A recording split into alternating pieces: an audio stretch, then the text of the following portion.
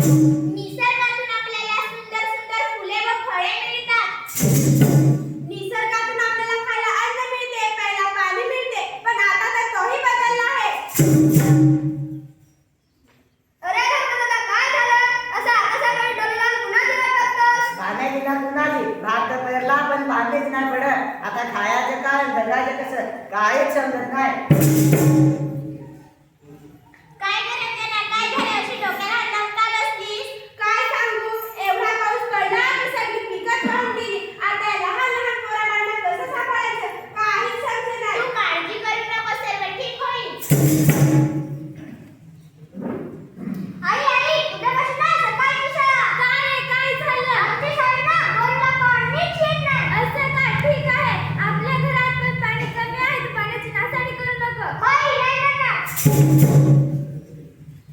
Mummy mobile message आला, शाळा बंद सुट्टी. काय झालं? अगं बघ ना, किती पाऊस पडतो, अतिवृष्टीमुळे सुट्टी. असं का? तू पण बाहेर जाऊ नकोस, येताना खूप पाणी भरलेलं आहे. ठीक आहे, नाही जाणार.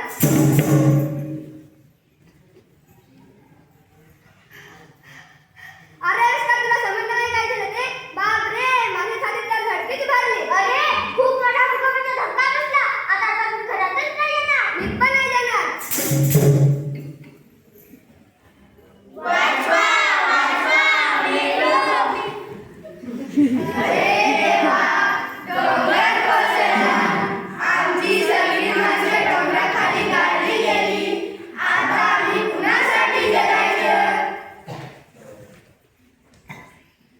बंधू भगिनींनो, पाहिलं नाही दृश्य? कधी पाऊस तर कधी दुष्काळ, कधी पूर तर कधी महापूर, आणि आता तरी भूकंपाचे धक्के. याला जबाबदार कोण?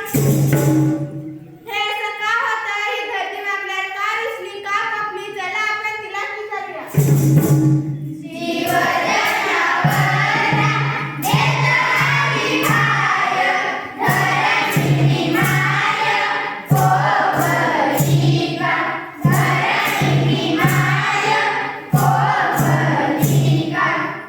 होय, मी धरती, मी अवनी.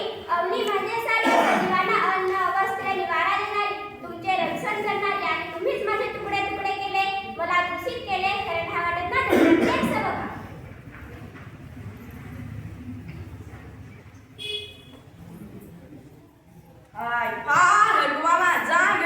बसला ना मला क्लास नाही. अरे परत तिची झाडा कोण गेली? कोणा खाल्ली? तुम्ही खाल्ली काय? नाही, असं नाही करायचा. आता मी साहिला कोण बसन, ती झाडाला कोणी वर्ष लागतील. हे लोकांना काहीच समजत नाही.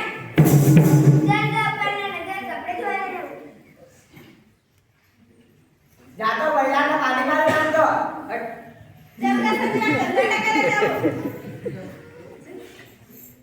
अरे इथे रस्त्यावर कचरा कोणी टाकला? या लोकांना काही अक्कलच नाही. ओ बाई, या नदीचं सर्वांच्या टाकल्यानंतर दूषित पाणी मिळते. त्याच्यानंतर तुम्ही आणि तुमच्या गुन्हेगारी करू शकता.